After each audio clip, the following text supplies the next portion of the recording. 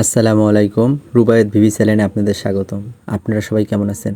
আজকে আমি পোলাও রান্নার রেসিপি আপনাদের সাথে শেয়ার করব। আমি 1.5 কেজি চাল নিচ্ছি, এইখানে গাজর কুচাই নিচ্ছি, এলাচ নিচ্ছি, দারচিনি নিচ্ছি, তেজপাতা নিচ্ছি, কাঁচামরিচ নিচ্ছি। আমার এইগুলো উপকরণ এই পোলাও ভাত রাঁধতে লাগবে। এগুলো আমি নিয়ে নিচ্ছি। এর সাথে আমি কিশমিশ নিচ্ছি। কিশমিশটা দিলে আমার পোলাওটা আরও স্বাদটাকে আরও বাড়িয়ে তুলবে। আপনারা এইভাবে বাসায় পোলাও রান্না ট্রাই করবেন। আমি চুলায় একটা প্যান গরম করে নিছি। এখন পরিমাণ মতন তেল দিবেন। যতটুক চাল অতটুক পরিমাণে তেল দিবেন। আমার যেমন 1.5 কেজি চাল, আমি ওই পরিমাণ মতন তেল দিছি। কারণ বেশি তেল দিলে কিন্তু পোলাওটা ভালো লাগে না, তেলতেলা হয়ে যায়, স্বাদ কীরকম যেন লাগে, খাইতে ভালো লাগে না। এর জন্য আপনারা ওই পরিমাণ মতন তেল দিবেন। আমি তেজপাতাটাকে গরম তেলের ভিতর দিয়ে ভেজে নেব, কেননা তেজপাতার একটা ফ্লেভার বের হয়ে যাবে। আর দারচিনি আর এলাচ, 3টা জিনিস যদি আমি এখানে ভেজে নিই, তাহলে আমার পোলাও ভাতের ফ্লেভারটা আরও চেঞ্জ হবে। এর জন্য আপনারা এইভাবে প্রথমে দিয়ে ভেজে নেবেন। ভেজে নিলে আপনার পোলাওতে একটা স্বাদ আসবে ভালো। তো আমার ভাজা প্রায় কাছাই গেছে। এখন আমি এইটা ভিতর তো অ্যাড করব একটু রসুন বাটা আর একটু আপনার আদা বাটা। এই দুইটা উপকরণ অ্যাড করে আমি কষিয়ে তো দিয়ে দিতেছি। কষিয়ে আমি এরপর পোলাও চালটাকে অ্যাড করে মানে ভাজতে হবে। কেননা আপনার এইটাকে একটু ভালোভাবে কষিয়ে নিতে হবে, যেন মশলাটা কাঁচা কাঁচা মশলা, আবার চালটা দিলে জিনিসটা স্বাদ আসবে না। এর জন্য এইভাবে সুন্দরভাবে ভাজা ভাজা করে নেবেন।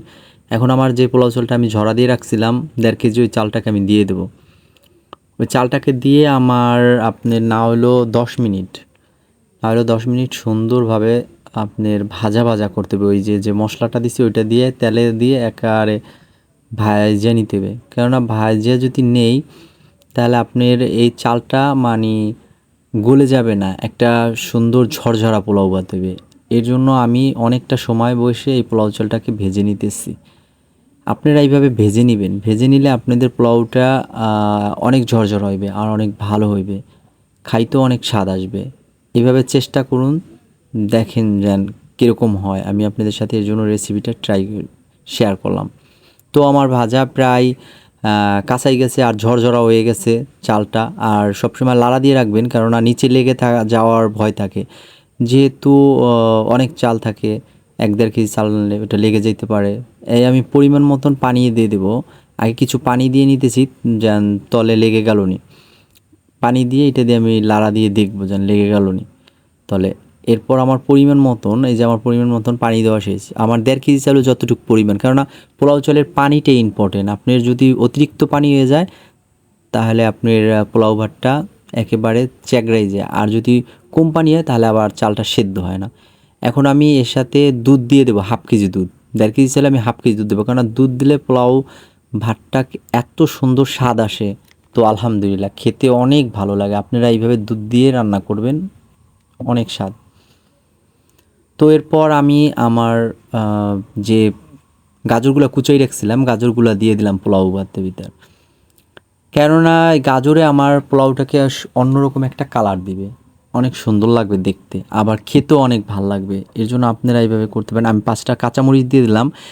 কাঁচামরিচটা যদি এখন আমি দিয়ে দিই, কাঁচামরিচটার একটা অন্যরকম একটা, ওরকম ঝাল লাগবে না, কিন্তু একটা ফ্লেভার আসবে, একটা ভালো লাগবে যে পোলাওটা খেতে যে একটা স্বাদের বিষয় আছে। এর জন্য আপনারা এইভাবে রান্না করে অবশ্যই ট্রাই করে দেখবেন। এভাবে রান্না করলে অনেক স্বাদ। আমি যেহেতু রান্না করে খেয়ে দেখছি।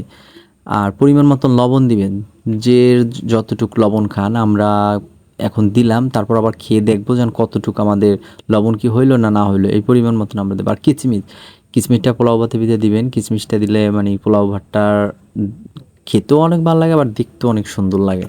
এর জন্য আমরা কিচমিচটা অ্যাড করে দিলাম পোলাও ভাতে। তো আলহামদুলিল্লাহ প্রায় হয়ে আসছে, পানিটা শুকিয়ে গেছে আর হয়ে আসছে। এখন একটু লাড়াচাড়া দিয়ে দেব। আর আপনার পোলাও ভাতটা অতিরিক্ত লাড়বেন না, অতিরিক্ত লাড়লে মানে গলা গলা হয়ে যায়। এর জন্য আমরা লিমিট মতন লাড়াচাড়া দিয়ে দেখতেছি। মাশাল্লাহ প্রায় হয়ে গেছে। এখন আমরা এই তো আমার পানিগুলো শুকিয়ে গেছে। এখন আমি আপনার 10 মিনিটের জন্য ঢেকে রাখবেন। 10 মিনিটের পর যেই আমি চুলার পর আবার দিয়ে দিচ্ছি, দিয়ে এখন আমি লাড়া দেবো যেন আমার সব জায়গায় কি হইলো, সব লাড়া দিয়ে আমি দেখতেছি যেন আমার পোলাও ভাতটা কী অবস্থা। আলহামদুলিল্লাহ আমার পোলাও ভাতটা অনেক ঝরঝর হয়ে গেছে। তো ইম্পর্টেন্ট কিন্তু আপনার এই পোলাও ভাত রান্নায় 10 মিনিটের জন্য হালকা পানি থাকতে নিচে নামাইয়া সরা দিয়ে ঢেকে রাখতে হইবে, এইটাই কিন্তু জরুরি। আর আপনি যদি একটা টোটাল পানি শুকিয়ে ফেলান তাহলে কিন্তু পোলাও ভাত একদম ঝরঝর হইবে না। তো আমি এরপর একটা তাওয়া দিয়ে দিছি, তাওয়ার উপর আমি পোলাও ও ভাতটা দিতেছি, কারণ নিচে অনেক আগুনের তাপমাত্রা বেশি, এত তাপমাত্রায় পোলাও ভাতটাকে দেওয়া যাবে না। অল্প তাপমাত্রায় দিতে হইবে যেন আস্তে আস্তে পানিটা টানবে আর আস্তে আস্তে ঝরঝর হইবে। এইভাবে ট্রাই করতেছি, আপনারাও এইভাবে ট্রাই করবেন, তাহলে আপনার রান্নায় সুবিধা হইবে। আর পোলাওটা দেখেন কতটা কালার হয়েছে, মাশাল্লাহ অনেক সুন্দর হয়েছে আর খেতেও অনেক স্বাদ হয়েছে। তো এইভাবে ট্রাই করুন, দেখেন যেন কী পরিমাণে স্বাদ পান। মাশাআল্লাহ। আর আজকে আমাদের বাসায় মেহমান আসার কথা ছিল, এর জন্য এই যে আমি পরিবেশন করলাম। তো মাশাআল্লাহ দেখতে অনেক সুন্দর হয়েছে আর খুবই কালারফুল হয়েছে আর খেতেও অনেক স্বাদ হয়েছে। আমার সাথেই থাকবেন, আমার চ্যানেলটাকে সাবস্ক্রাইব করবেন, বেল আইকনটি বাজিয়ে রাখবেন নিত্য নতুন ভিডিও পেতে।